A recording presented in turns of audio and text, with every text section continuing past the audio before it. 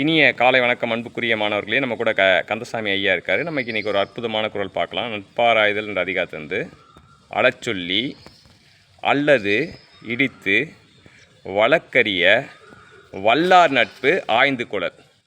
நாம் வாழ்க்கையில் தவறு செய்ய நினைத்தாலோ அல்லது தவறு செய்தாலோ அந்த தவறுகளுக்காக நம்மை மனம் வருந்துமாறு செய்து அல்லது அழச்செய்து அறநெறியில் செல்லுகின்ற சான்றோர்கள் உலக நடையினையும் இயல்பினையும் ஒழுக்கத்தையும் உணர்ந்த சான்றோர்களது நட்பினை நாம் ஆராய்ந்து கொண்டால் நமக்கு வாழ்க்கையில் எந்த விதமான துன்பமும் வராது. எனவே நட்பு கொள்ளும் பொழுது நாம் அனைவருடனும் நட்பு கொள்ள வேண்டும் என்று கருதுவது தவறு.